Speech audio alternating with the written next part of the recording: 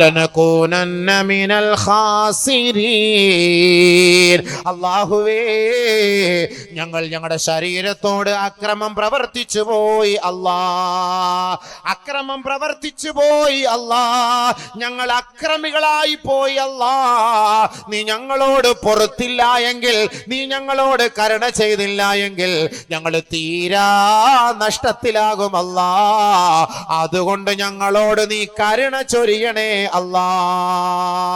ആദം നബി അലൈഹിസ്സലാത്തു വസ്സലാമിന് ഏകാന്തത അനുഭവപ്പെട്ടപ്പോ പടച്ചവനോട് ആദം നബി അലൈഹിസ്സലാത്തു വസ്സലാം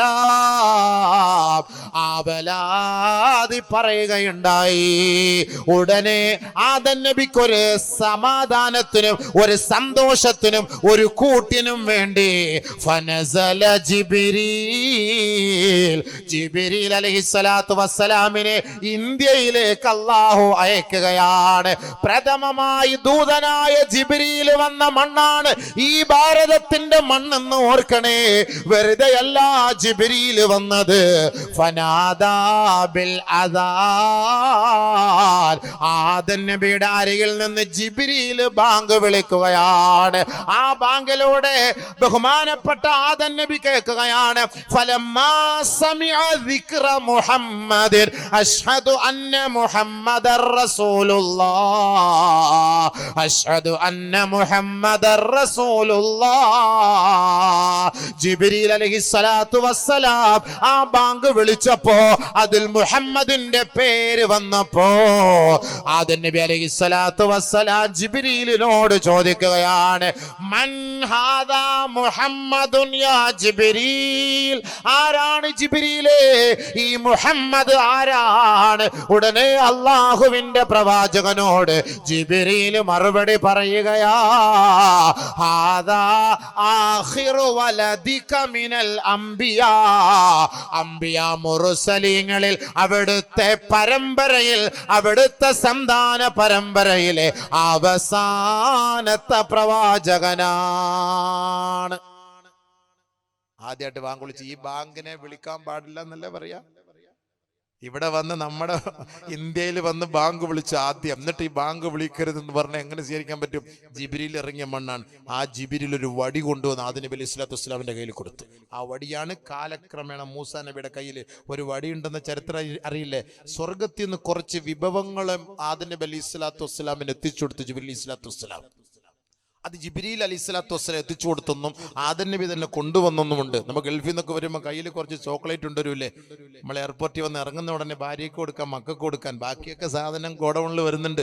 എന്നാലും കയ്യിൽ കുറച്ച് കൊണ്ടുവരുന്നത് പോലെ സ്വർഗത്തിൽ നിന്ന് ഇറങ്ങിയപ്പോൾ കുറെ സാധനങ്ങളൊക്കെ കൊണ്ടുവന്നിരുന്നു. അല്ലെങ്കിൽ ജിബ്രീൽ അലൈഹി സ്വലാത്തു വസ്സലാം എത്തിച്ചു കൊടുത്തു. അതിലൊന്നാണ് ആ വടി, ബഹുമാനപ്പെട്ട ആദം നബി അലൈഹി സ്വലാത്തു വസ്സലാമിന് കൊടുത്ത വടി. അതിങ്ങനെ കാലക്രമേണ ഇങ്ങനെ കടന്ന് വന്ന് പല പല പ്രവാചകന്മാരിലൂടെ, സുലൈമാൻ നബി അലൈഹി സ്വലാത്തു വസ്സലാമിലൂടെ, ബഹുമാനപ്പെട്ട മൂസാ നബി അലൈഹി സ്വലാത്തു വസ്സലാമിന്റെ കയ്യിൽ ആ വടി, അത് അടിക്കാൻ പറഞ്ഞില്ലേ, കല്ലിലൂടെ ഉറവ വന്നതും കടലിൽ അടിക്കാൻ പറഞ്ഞതൊക്കെ വെറിയ സാധാരണ ഒരു വടിയല്ല, അത് സ്വർഗത്തിൽ നിന്ന് വന്ന വടിയാണ്. അതേപോലെ ആദം നബി അലൈഹി സ്വലാത്തു വസ്സലാം സ്വർഗത്തിൽ നിന്ന് ഇന്ത്യയിലേക്ക് കൊണ്ടുവന്നു ഊദ് കൊണ്ടുവന്നു. ആ ഊദാണ് ഏറ്റവും കൂടുതൽ ഇന്ന് ഉൽപ്പാദിപ്പിക്കപ്പെടുന്നത് ആസാമിലാണ്. അതുകൊണ്ടാണ് ആസാം മുതൽ പണി തുടങ്ങുന്നത്. മനസ്സിലായോ? അറബികൾക്ക് ഏറ്റവും കൂടുതൽ ഇഷ്ടമുള്ള ഊദുൽ ഹിന്ദാണ്, ഇന്ത്യയുടെ ഊദാണ് അറബികൾക്ക് ഏറ്റവും ഇഷ്ടമുള്ളത്. അത് എവിടെയാ കൂടുതലുള്ളത്? ആസാമിലാണുള്ളത്. അതാണ് ഊദ്. അവിടെ നിന്ന് ഈ മുസ്ലിങ്ങളെ മൊത്തം ഇവിടെ നാട്ടി ഓടിച്ചാലേ ഇതും കൂടെ അമ്മക്ക് ഇപ്പൊ കരസ്ഥാക്കാൻ പറ്റുള്ളൂ. പണി തുടങ്ങുന്ന അവിടെ നിന്നാണ്. ഏലം കൊണ്ടുവന്ന്, ഏലം ലോകത്ത് ഏറ്റവും കൂടിയ സ്പൈസസ് ഐറ്റംസ്, ഏറ്റവും വില കൂടിയതും ഏറ്റവും പ്യുവർ, വെരി പ്യുവർ ഓർഗാനിക് സാധനം, സ്പൈസസ്, ഏറ്റവും നല്ല സുഗന്ധദ്രവ്യങ്ങൾ എവിടെയുള്ളത്? അത് കേരളത്തിലാണ്. അതുകൊണ്ടാണ് ബ്രിട്ടീഷുകാർ ഇവിടെ തമ്പടിച്ചത്. മൂന്നാറില്, ഇടുക്കിയില്, ഇവിടൊക്കെ തമ്പടിച്ചത്. അവിടെയൊക്കെ ബ്രിട്ടീഷുകാരുടെ കോട്ടകളൊക്കെ നമുക്ക് കാണാമല്ലോ, തുരങ്കങ്ങൾ കാണാമല്ലോ. ഇവിടെ നിന്നാണ് ആ സാധനങ്ങളൊക്കെ അവർ അങ്ങോട്ടേക്ക് അടിച്ചു മാറ്റി പോയത്. ഏറ്റവും നല്ല സാധനം ഇവിടെയാണ്. അതുകൊണ്ട് ബഹുമാനമുള്ള സഹോദരൻ, ആര് കൊണ്ടുവന്നു ഇതിന്റെയൊക്കെ തബറുക്ക് ബർക്കത്ത്? ബഹുമാനപ്പെട്ട നബി അലൈഹി സ്വലാത്തു വസ്സലാം. കേരളക്കരയിലേക്ക് ആ ബർക്കത്ത് അല്ലാഹു തആല വ്യാപിപ്പിക്കുകയും കേരളത്തിൽ നിന്ന് നബിയുനാ റസൂലുള്ളാഹി സ്വല്ലല്ലാഹു അലൈഹി വസല്ലമ തങ്ങൾക്ക് കേരളത്തിലെ ഒരു സ്വഹാബി ഇഞ്ചി കൊണ്ടുപോയി കൊടുക്കുകയും ചെയ്തു. അന്ന് കേരളത്തിൽ നിന്ന് നബി തങ്ങൾക്ക് ഇഞ്ചി കൊടുക്കണമെങ്കിൽ ആര് പോകണം? ഇന്ന് ഇന്ത്യയിലെ ഒന്നാമത്തെ മസ്ജിദ് കൊടുങ്ങല്ലൂരിലെ ചേരമാൻ പെരുമാൾ മസ്ജിദാണ്.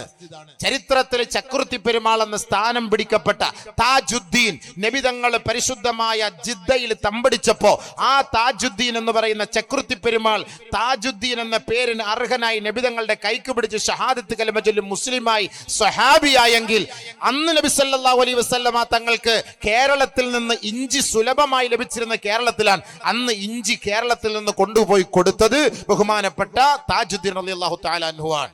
നബി സല്ലല്ലാഹു അലൈഹി വസല്ലമ തങ്ങൾ സഹാബാക്കൾ മദീനയിൽ ഇരിക്കുമ്പോ അബൂ സഈദ് അൽ ഖുദരി റളിയല്ലാഹു തആല അൻഹു പറയുകയാണ്, സിന്ധിൽ നിന്ന് ഒരു സഹോദരൻ ഒരു പൊതിക്കെട്ട് നബി തങ്ങളുടെ കൈകളിൽ കൊണ്ട് ഏൽപ്പിക്കുകയുണ്ടായി. അള്ളാന്റെ റസൂൽ അത് തുറന്നിട്ട് ഓരോ കഷണം ഞങ്ങൾ 10 പേരടങ്ങുന്ന സംഘങ്ങൾക്ക് അള്ളാന്റെ റസൂൽ വെച്ച് നീട്ടുകയുണ്ടായി. അത് സഞ്ചബീലായിരുന്നു എന്ന് അബൂ സഈദ് അൽ ഖുദരി റളിയല്ലാഹു അൻഹു പറയുന്നു. ആ സഞ്ചബീൽ എന്ന് പറയുന്ന ഇഞ്ചി അന്ന് സുലഭമായി ലഭിച്ചിരുന്നത് ഇന്ത്യയിലെ കേരളത്തിലാണ്. മഹാനായ താജുദ്ദീൻ റളിയല്ലാഹു അൻഹു ഈ കേരളത്തിൽ കാലുകുത്തുകയും ഇവിടെ നിന്ന് നബി തങ്ങൾ ആ ഇഞ്ചി ഭക്ഷിക്കുകയും ചെയ്തതിന്റെ ബർക്കത്താണ് ഈ നാട്ടിൽ അല്ലാഹു തആല ഇറക്കിയ ഓരോ അനുഗ്രഹങ്ങളും. ചരിത്രത്തിൽ നിലമ്പൂരുകാരാ നിങ്ങൾക്ക് ഒരു അനുഭവമുണ്ട്. ഇവിടത്തെ തേക്കിന്റെ കഷണം കൊണ്ടാണ് ആയിഷ ബീവിയുടെ കട്ടിലിന്റെ കാല് പണിതതെന്ന് ചരിത്രത്തിൽ കാണാം. അന്ന് തേക്ക് സുലഭമായിരുന്നത് നിങ്ങളുടെ സ്വന്തം നാടായ നിലമ്പൂരിന്റെ മണ്ണിലാണ്. ഒരുപക്ഷെ നിലമ്പൂരിൽ നിന്നായിരിക്കാം എന്ന് പറഞ്ഞ നാളെ കിവറുകളിൽ കളിക്കണ്ട. ഇവർ അമ്മടെ തേക്ക് കൊണ്ട് ആയിഷ ബീവി കട്ടിലിന്റെ കാലുണ്ടാക്കി. ചരിത്രത്തിലുണ്ട് കേരളത്തിന്റെ ഒരു തേക്ക് കൊണ്ടുപോയിട്ട് ആയിഷ റളിയല്ലാഹു തആലയുടെ വീട്ടിന്റെ കട്ടിലിന്റെ കാലുണ്ടാക്കി. വെറുതെ ആണുള്ള ബർക്കത്ത് ഇവിടെ. എല്ലാ നാടിനേക്കാളുള്ള ബർക്കത്ത് എന്തുകൊണ്ടാ? ബഹുമാനപ്പെട്ട താജുദ്ദീൻ റളിയല്ലാഹു തആല അടങ്ങിയത് എവിടാ? ഒമാനിലാണ്. ഒമാന് മൊത്തം മരുഭൂമിയാണ്. അവിടെ ഒരു പച്ചയുമില്ല. പക്ഷെ ബഹുമാനപ്പെട്ട താജുദ്ദീൻ ചേരമാൻ പെരുമാൾ റളിയല്ലാഹു തആല അദ്ദേഹം അടങ്ങിയിരിക്കുന്ന സലാല ഒന്ന് പോയി നോക്ക്, കേരളം പോലെയാണ്. പോയിട്ടുണ്ടോ സലാലയിൽ? ഒന്ന് പോണം. മാങ്ങ ഉണ്ട്, തേങ്ങ ഉണ്ട്, കരിക്ക്, ഇളനീര്, വാഴ, നെല്ല്, അരി, കപ്പ, മരച്ചീനി, എല്ലാ സാധനങ്ങളും അവിടെ ഉണ്ട്. എല്ലാ വർക്കത്തും ഇങ്ങനെ പോകുമ്പോൾ നമുക്ക് പടച്ചോനെ നമ്മളിപ്പോൾ നിലമ്പൂരിലൂടെയാണോ പോകുന്നത്, കേരളത്തിലൂടെയാണോ പോകുന്നത് എന്ന് നമുക്ക് തന്നെ തോന്നിപ്പോകും. കാരണം എന്താ? അവിടെ കിടക്കുന്നത് ആരാ? ബഹുമാനപ്പെട്ട താജുദ്ദീൻ റളിയല്ലാഹു തആല അൻഹു. ആ മഹാനുഭാവനാണ് നമ്മുടെ നാട്ടിൽ ജനിച്ചത്. നമ്മൾ ചിന്തിക്കണം, അതിന്റെ ബർക്കത്താണ് കേരളം. അതുകൊണ്ടാണ് യൂറോപ്യൻകാർ ഗോഡ്സ് ഓൺ കൺട്രി, ഖൈറുള്ള, അറബികൾ വിളിച്ചിരുന്ന വിളിയാണ് ഖൈറുള്ള. ഖൈറുള്ള ഖൈറുള്ള എന്ന് അറബികൾ വിളിച്ചിരുന്നു. ഖൈറുള്ള ഖൈറുള്ള ഖൈറുള്ള ഖൈറുള്ള അതിങ്ങനെ പറഞ്ഞ് ലോപിച്ച് കേരള കേരള കേരള കേരള എന്നായി എന്നാണ് ചരിത്രം പറയുന്നത്. എന്തായാലും ഖൈറുള്ള എന്ന് പറഞ്ഞാൽ അള്ളാന്റെ ഖൈർ ഇറങ്ങിയ നാടാണ്. അതാണ് ഗോഡ്സ് ഓൺ കൺട്രി എന്ന് പറയുന്നത്, ദൈവത്തിന്റെ സ്വന്തം നാട്. എത്ര വലിയ അനുഗ്രഹമാണ് അല്ലാഹു തആല നമുക്ക് ചെയ്തത് ഈ കേരളത്തിന്റെ മണ്ണിൽ. സംസ്കാരം സാമൂഹ്യപരമായിട്ടും സാമ്പത്തികപരമായിട്ടും എല്ലാ നിലയ്ക്കും സാംസ്കാരിക ഉത്ബുദ്ധർ ഒരുമിച്ച് കൂടുകയും സമത്വവും സൗഹാർദ്ദവും സഹവർത്തിത്വവും വിദ്വേഷമില്ല, വിഭാഗീയതയില്ല, എല്ലാം ഒത്തു ഇണങ്ങിയ ഒരു സംസ്ഥാന അല്ലേ കേരളം? സംസ്ഥാനല്ലേ? അതുകൊണ്ടാണ് ബംഗാളികൾ പോലും പറയുന്നത് ഏറ്റവും നല്ല നാട്, ഏറ്റവും റാഹത്തായിട്ട് താമസിക്കാൻ പറ്റിയത് ബംഗാളിലാണ്, അല്ല കേരളത്തിലാണ്. അതുകൊണ്ട് ബംഗാളി ഇവിടെ വന്നിട്ട് നാളെ ഇപ്പൊ കേരളം ബംഗാളം ആകാൻ സാധ്യതയുണ്ട്. ഏറ്റവും കൂടുതൽ ആളുകൾ ഇപ്പൊ ഇവിടെ ഉണ്ട്. ഒരു മാസത്തിൽ പെർ മന്ത് 5000 കോടി രൂപ കേരളത്തിൽ നിന്ന് ബംഗാളിലേക്ക് പോകുന്നുണ്ട്. എല്ലാം അറിയുന്നുണ്ടോ? ഒരു ബംഗാളി മാസം തോറും 10000 രൂപ അയച്ചു കൊടുക്കുന്നുണ്ട്. ഒരു ബംഗാളി മാസത്തിൽ 10000 രൂപ അയച്ചു കൊടുക്കും. 4 ലക്ഷം ബംഗാളി ഉണ്ട് പെരുമ്പാവൂര് മാത്രം. 5 ലക്ഷം ബംഗാളി 10000 രൂപ വെച്ച് അയച്ചു കൊടുത്താൽ തന്നെ എത്ര ആയിരം കോടിയായി? കണക്ക് കൂട്ടിയാൽ മതി. വീട്ടിൽ പോരുന്ന 5000 കോടി രൂപയായി. ഇവിടെ നമ്മൾ വലിയ മോലാളിയായിട്ട് നമ്മൾ ഗൾഫിൽ നിന്ന് 800 രൂപ ശമ്പളം മേടിച്ചിട്ട് ഇവിടെ വന്നിരുന്നിട്ട് വലിയ മോലാളിയായിട്ട് അവനെ കൊണ്ട് പണിയെടുപ്പിച്ചിട്ട് 1500 രൂപ അവൻ നമ്മൾ ശമ്പളം കൊടുക്കുകയാണ്. അവൻ മാസം തോറും കേരളത്തിൽ നിന്ന് 10000-ഓളം കോടി രൂപ അവന്റെ നാട്ടിലേക്ക് അയക്കുകയാണ്. ആലോചിച്ച് നോക്കൂ സുഹൃത്തുക്കളെ. അപ്പൊ എന്തായാലും അതൊക്കെ ഒരു ബർക്കത്തേതാ? കേരളത്തിന്റെ മണ്ണിന്റെ ബർക്കത്താണ്. ബഹുമാനപ്പെട്ട നബിയുനാ റസൂലുള്ളാഹി സ്വല്ലല്ലാഹു അലൈഹി വസല്ലം തങ്ങളും മറ്റൊരു ബർക്കത്ത് പറഞ്ഞുതരാം. നബിയുനാ റസൂലുള്ളാഹി സ്വല്ലല്ലാഹു അലൈഹി വസല്ലമ തങ്ങളും അലി റളിയല്ലാഹു തആല അൻഹും പരിശുദ്ധമായ മദീന പള്ളിയുടെ ഉമ്മറപ്പടിയിൽ ഇരിക്കുകയാണ്. ഒരു നല്ല തണുത്ത കാറ്റ് അലിയാർ തങ്ങളുടെ തലയ്ക്ക് മീതെ തലോടിപ്പോയപ്പോ നബിയുനാ റസൂലുള്ളാഹി തങ്ങൾ അലി റളിയല്ലാഹു അൻഹുവിനോട് ചോദിക്കുകയുണ്ടായി, അലിയേ, ഈ കാറ്റ് ഏത് നാട്ടിലെ കാറ്റെന്നറിയോ?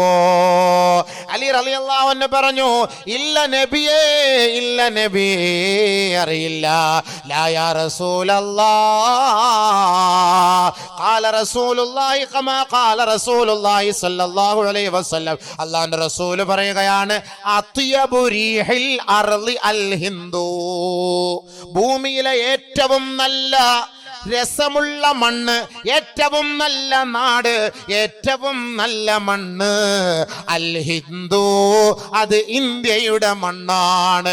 ഫഅല്ലഖത് ശജറഹാ മിൻ റീഹിൽ ജന്ന, ആ ഇന്ത്യയിലെ വൃക്ഷങ്ങളെയും സ്വർഗത്തിലെ കാറ്റിനെയും അല്ലാഹു കൂട്ടിയിണക്കിയിട്ടുണ്ട്.